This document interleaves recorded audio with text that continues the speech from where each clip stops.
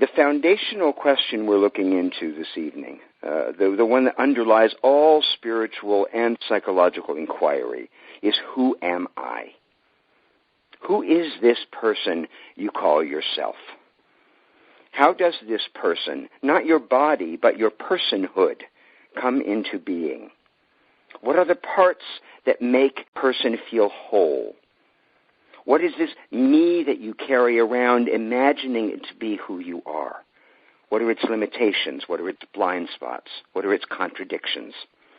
And finally, how can you use this understanding to deepen and enrich your experience as people longing to live enlightened, creative, and productive lives with as much spirit and courage as possible?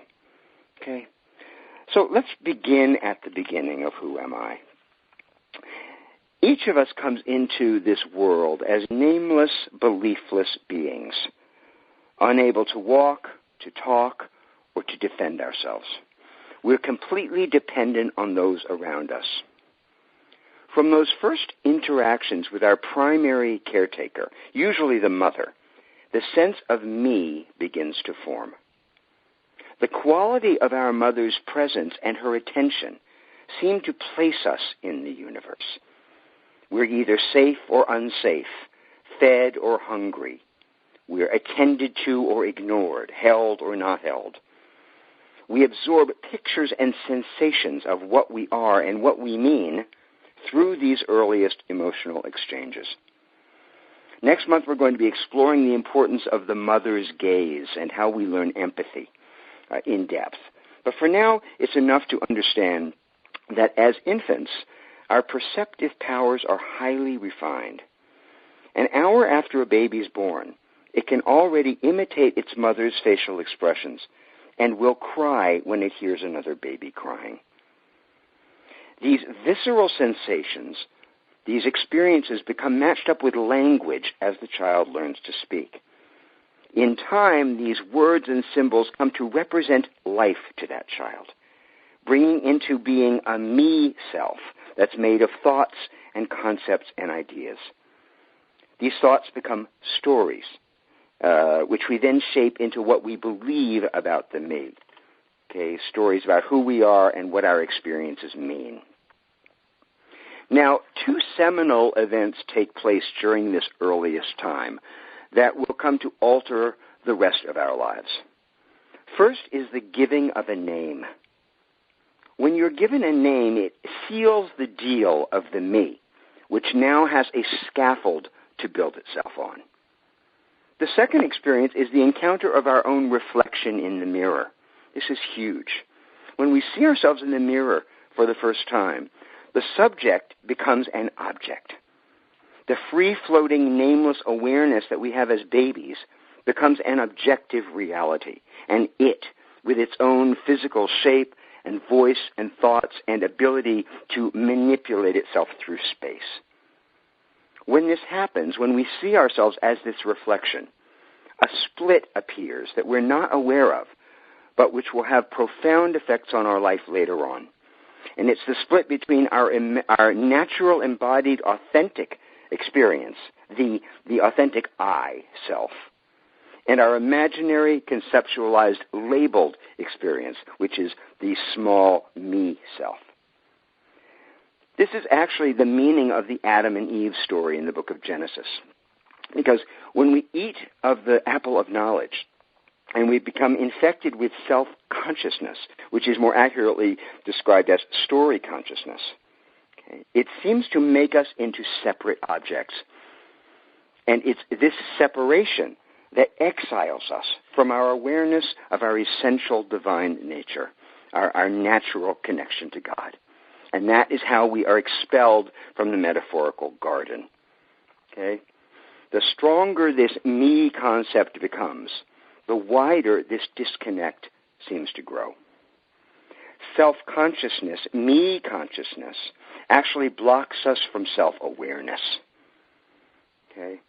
Now, all of this is part of the growth that we call personality. The word personality comes, as you probably know, from the Greek word persona, which refers to the masks that actors wore on stage. While the persona, the me, the appearance, has its purposes. It helps us toward what psychologists call individuation. It is also, at the same time, our primary obstacle to authentic self-knowledge later on. Now, as we all know, the older we get, the more we come to question this created persona, this self-constructed story of me. The more obvious the limitations of the persona become. And that's because life happens. Life brings unexpected changes that threaten the foundations of our persona. We lose jobs, marriages, health, social affiliations. And with the disappearance of these ego supports, the persona eventually comes crashing down and leaves us naked and exposed in our lives. Regardless of how dramatic these losses may be, some people have tremendously dramatic losses. Some are just a slow attrition of things that they believed were them and constituted who they are.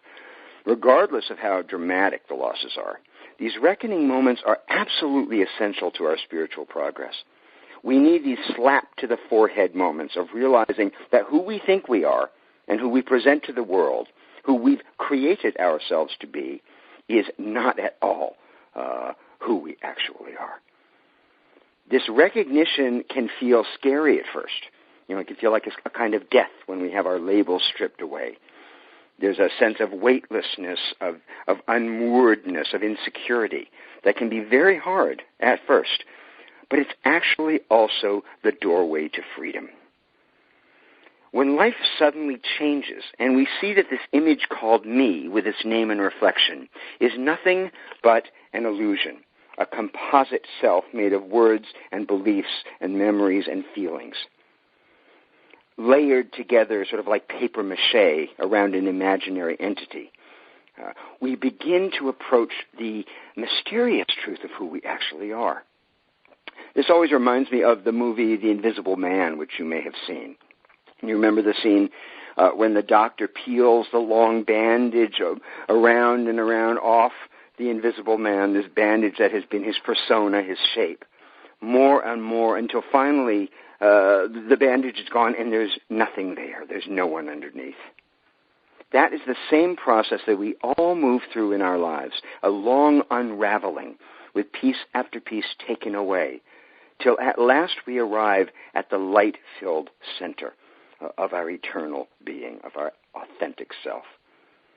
Whatever accelerates this process, whether through good or bad fortune, through pleasure or through pain, whatever breaks us up and puts us on the path of self-awareness is a form of grace.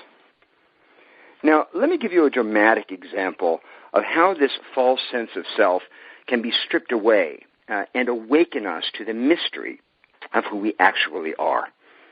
A few years back, I had a chance to speak to Jill Bolte Taylor, whom you may know from her TED Talk, or from a book she wrote about her experience called My Stroke of Insight.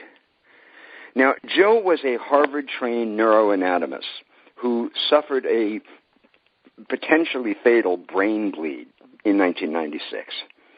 The stroke completely incapacitated her left brain, the boundary-making, language-producing hemisphere, and caused a personality meltdown that changed Jill's self-image forever.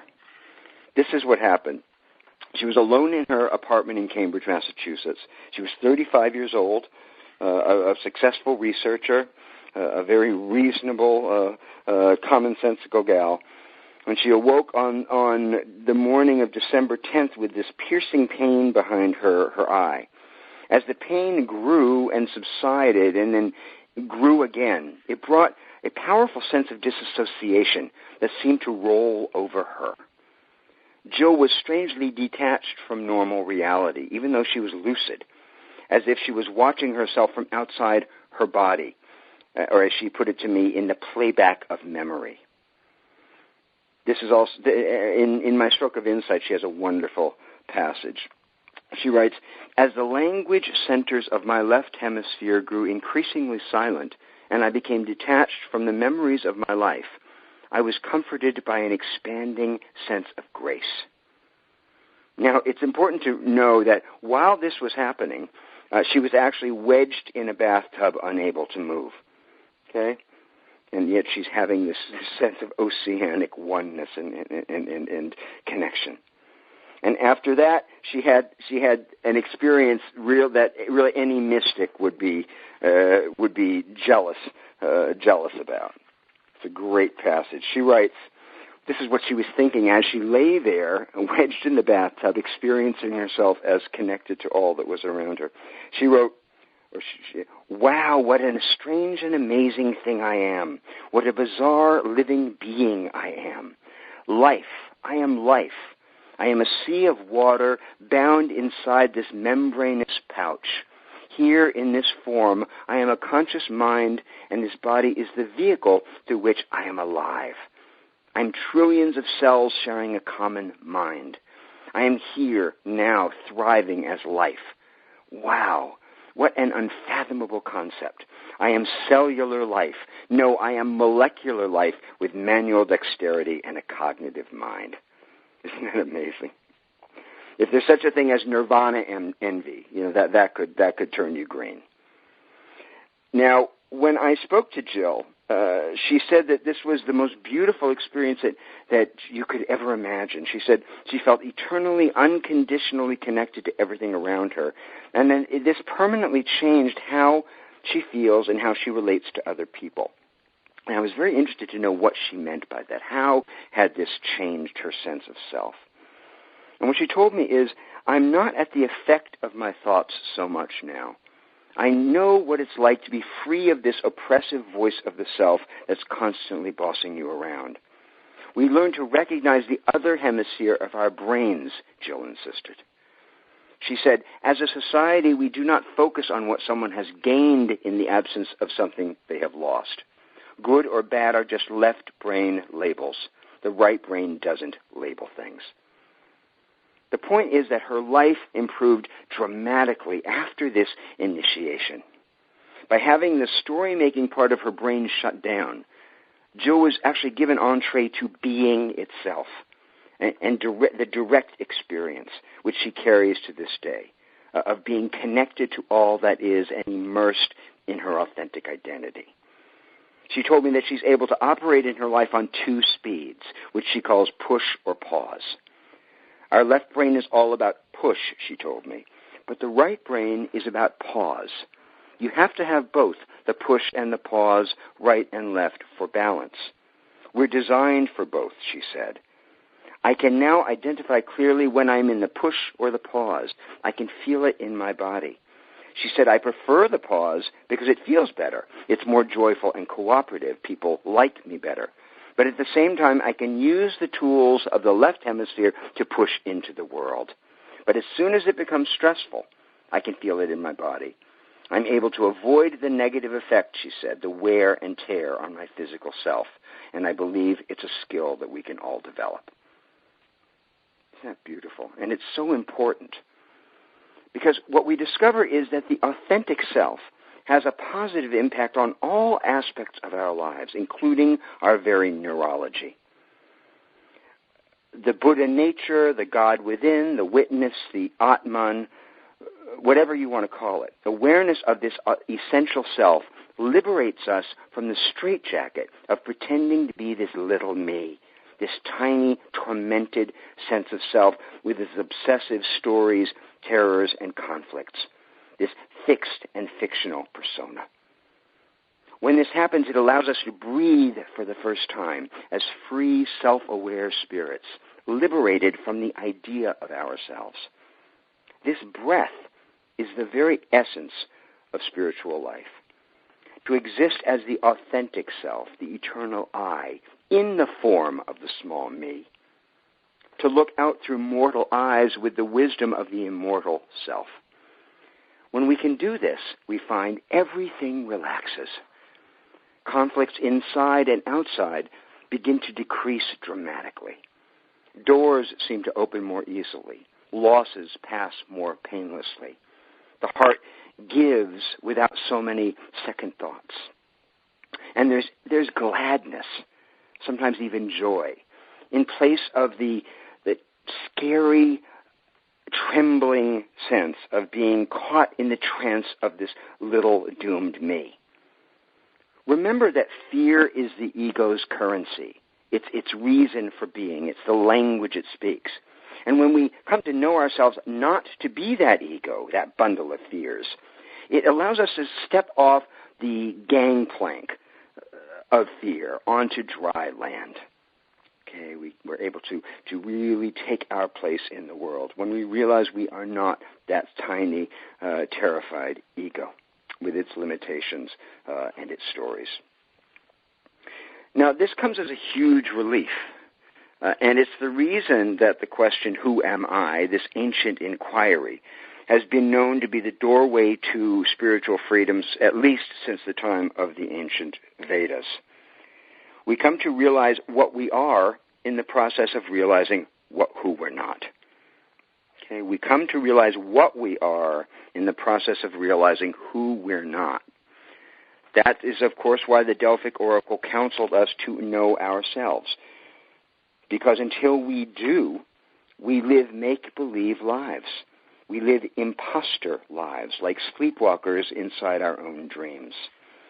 We miss the opportunity to meet the truth of ourselves and thereby waste a precious human incarnation. The question is, how can we meet this authentic self now, in this moment? How can we find our way back to self-awareness when we get lost in the labels and the me story and forget what's underneath? How do we move from appearance into presence, from persona into being? I put together 4 practices that work for me that I'd like to share with you. They're very simple, and there are many, many others. But these are 4 that are right at hand and quite simple, if not always easy to put into practice.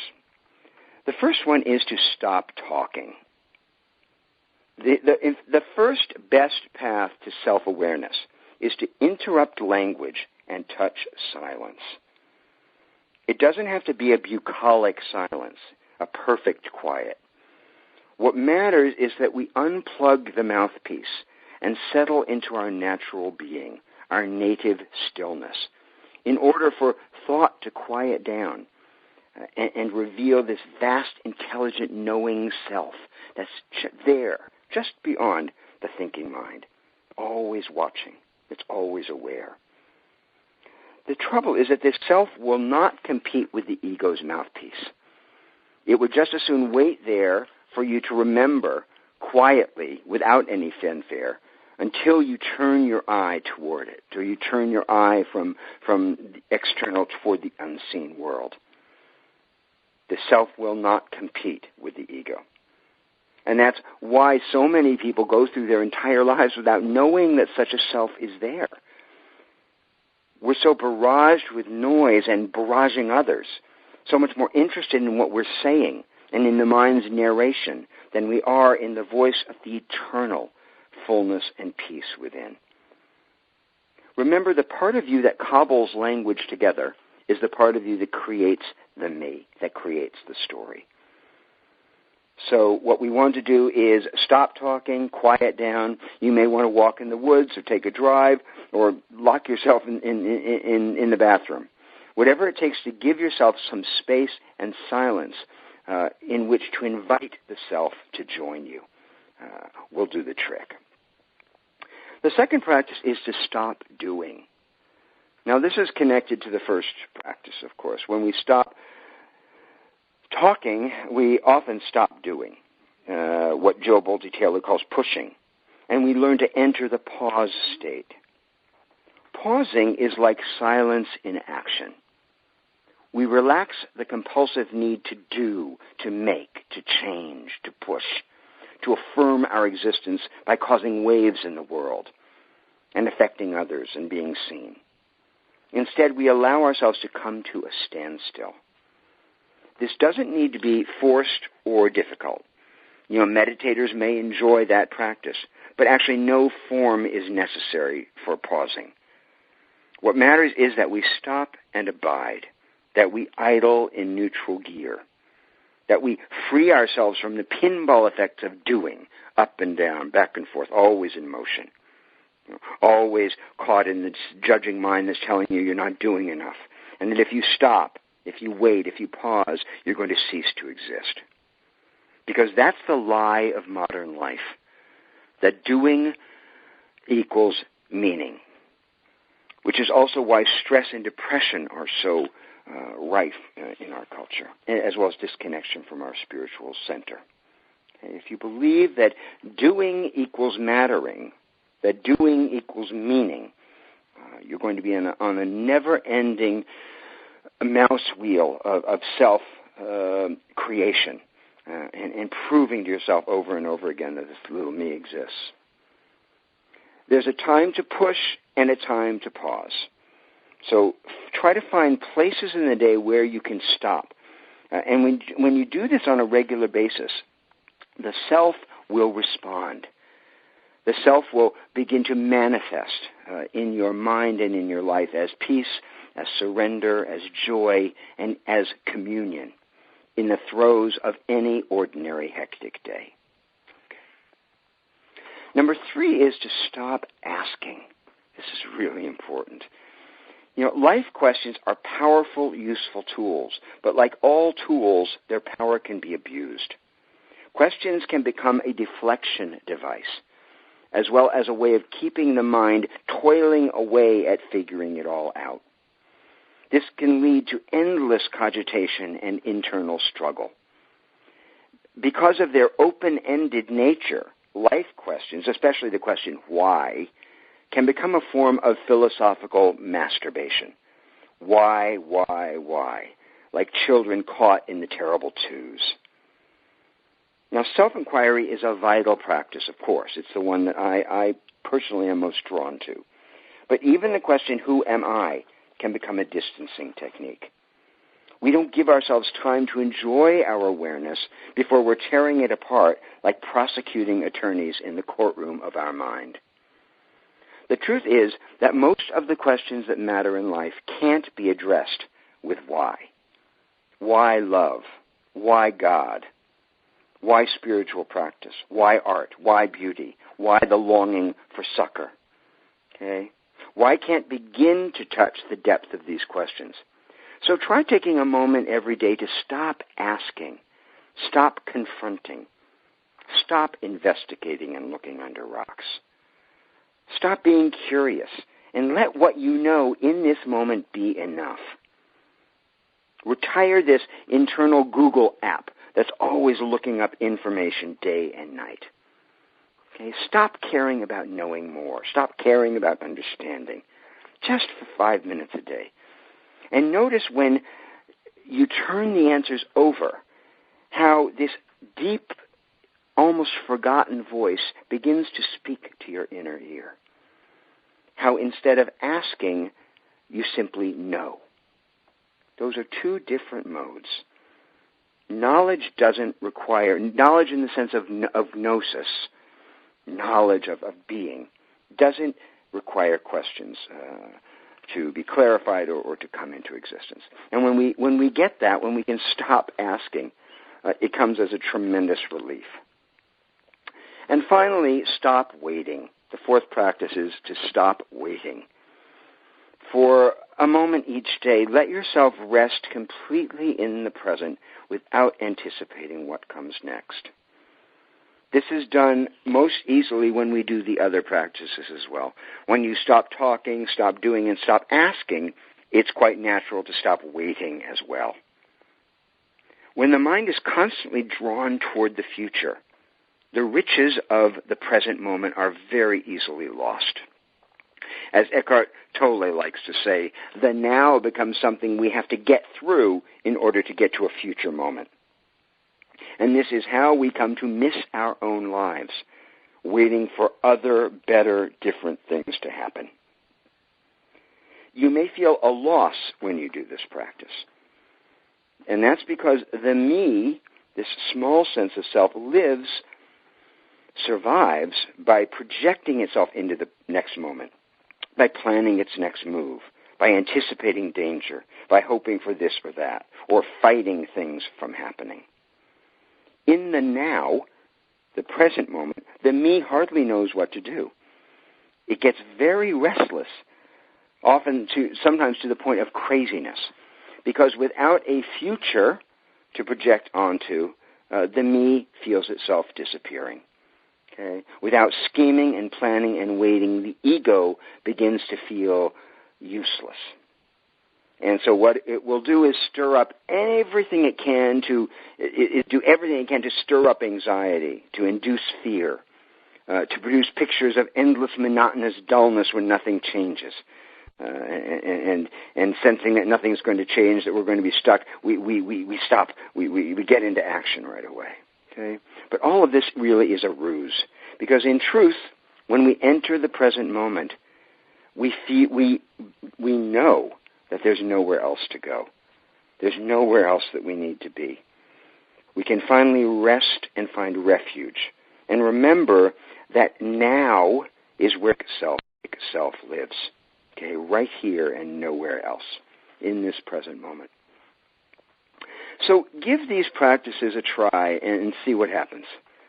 Notice how much more available the authentic self becomes, how it increases your inner knowing, and how much freer you feel from the trapped little me. Okay? If you want to do self-inquiry on this topic, ask yourself, what would you have to lose to stop being who you think you are? What would you have to lose to stop being who you think you are? What parts of the little me do you associate with most strongly?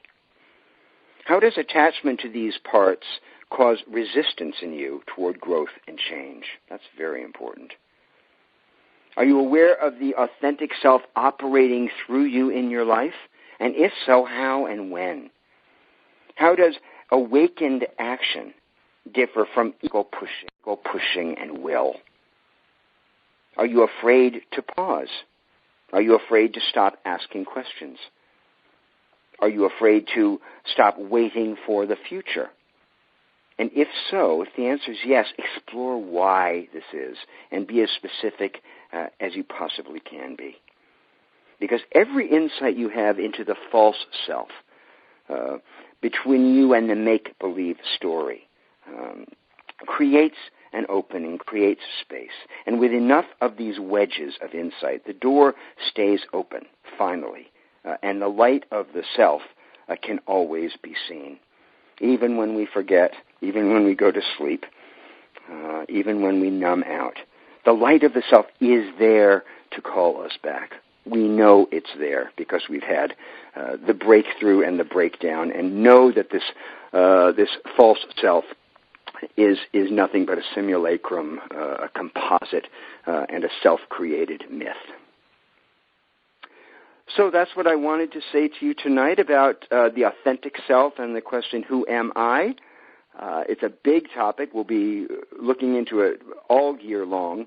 And Jay, now why don't we open up the lines, and I'd love to have some questions and some conversation with people.